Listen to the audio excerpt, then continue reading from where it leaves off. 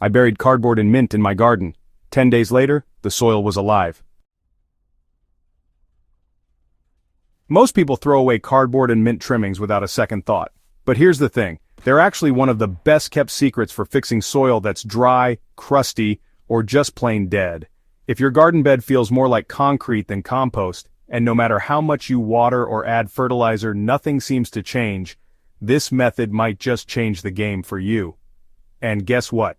There's no turning, no pile, and no smell. It's a lazy gardener's dream, but backed by real soil biology. Here at Soil and Crop Central, we don't believe in fluff or wishful thinking. This method works because it taps into what the soil really needs to come back to life: fungal activity, moisture balance, and a food web that rebuilds itself from the ground up. Cardboard and mint might seem like an odd pair, but when you know how to layer them right, you get a slow-release underground system that does all the work for you. No machines, no tillers, no mess, just real results. So let's dig straight into how this stack works and how you can build it in your own garden, even if you've got nothing more than some old boxes and kitchen scraps. Why most soil fixes fail. You've added compost, watered regularly, maybe even mixed in some store-bought soil, but it still feels like your raised bed just won't bounce back. That's because the issue isn't just missing nutrients, it's a collapsed soil food web. Healthy soil isn't just dirt with fertilizer, it's a living, breathing network of bacteria, fungi, worms, and other tiny organisms all playing a role. When that network breaks down, usually from over-tilling synthetic chemicals or letting soil sit bare too long, you're left with crusty, compacted ground that resists water and kills root growth. Most composts are bacteria-heavy. They break down fast, give a quick boost, but don't build long-term structure. What your soil actually needs is fungi. Fungi form threads that stretch deep and wide, creating tunnels, holding moisture, and making nutrients available for plants over time. This is where the cardboard and mint combo comes in. You might be surprised, but plain brown cardboard is like a fungal buffet. It's made of cellulose and lignin, which fungi love to break down slowly. Unlike soft green compost materials, cardboard holds structure. It decomposes over months instead of days, giving fungi a stable home to spread across and dig into. But not just any cardboard will do. You want plain, brown, corrugated cardboard with minimal printing. Glossy, colored, or heavily inked boxes contain chemicals that can harm the microbial life you're trying to bring back. Also, remove all packing tape or glue spots. Those will only slow things down and make your soil harder to work with later. Soak your cardboard until it's soft and flexible. This is key.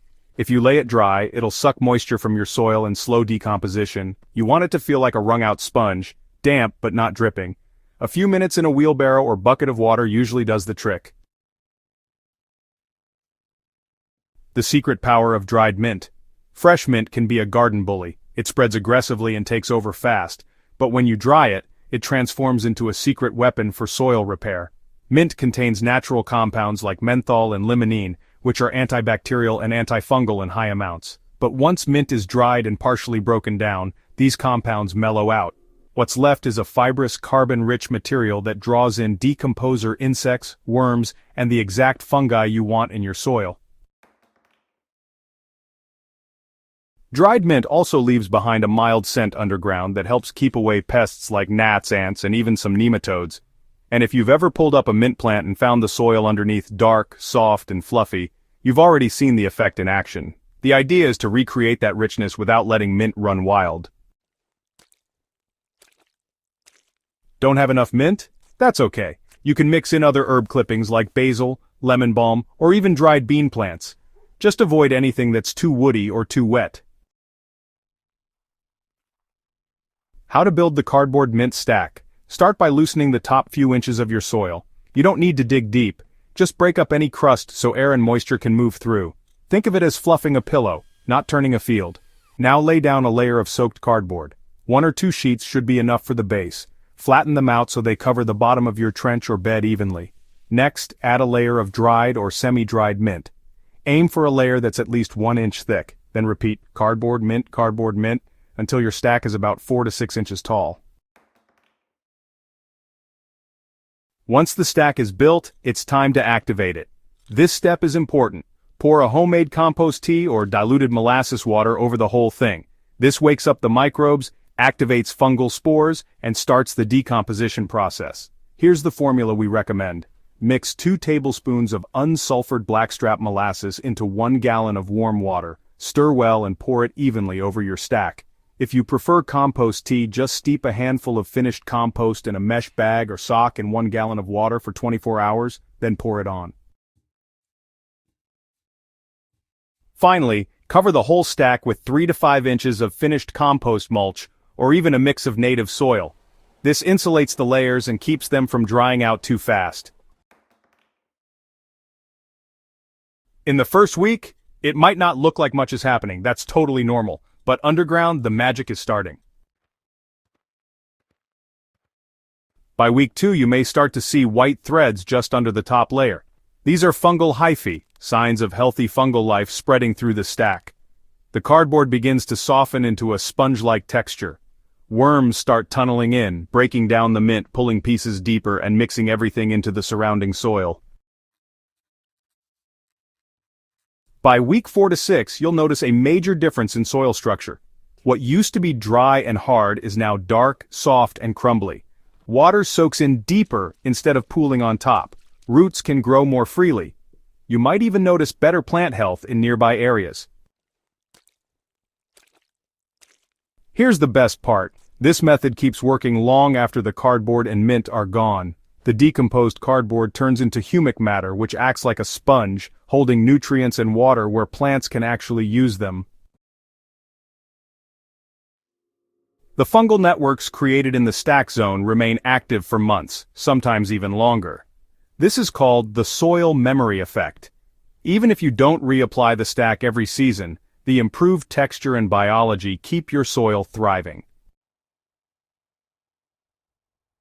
If you do this just twice a year, once in early spring and again in early fall, you can maintain a living, self-sustaining soil food web without tilling, without replacing your soil, and without buying bags of amendments. Start small, watch big changes. You don't need to do your whole garden at once. In fact, we recommend testing a 1 foot by 1 foot patch in a raised bed or container. Just keep an eye on it. After just a couple of weeks, you'll feel and see the difference. The soil will hold moisture longer, attract more worms, and grow healthier plants. Compare it to the rest of your bed. You'll likely want to do the whole thing after that. Avoid these common mistakes. Don't use cardboard that's glossy or filled with ink. It's full of chemicals that harm microbes. Always remove packing tape and stickers. Never skip soaking the cardboard. Dry layers will rob your soil of moisture and slow down everything. And, avoid using fresh mint. It's too strong and can actually repel the very decomposers you want to invite. Let it dry for a few days first. Make sure to cover your stack. Leaving it bare dries it out and halts decomposition. You want to create a hidden, stable, moist layer where life can rebuild.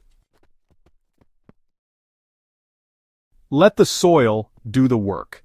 This method isn't about doing more, it's about doing the right things, in the right order, with the right materials. Nature already knows how to heal itself.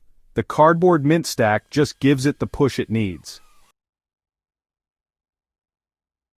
So if your soil's been dead, dry, or stubborn even after composting, give this a try. No gimmicks, no machines, just smart stacking, a bit of water, and some leftover mint. Test it out, feel the difference. And if you love the results, share it with another gardener who's tired of working hard and seeing little progress. And hey, don't forget to subscribe to Soil and Crop Central for more weird but awesome soil hacks that actually work. We're not here to sell you products, we're here to help you grow.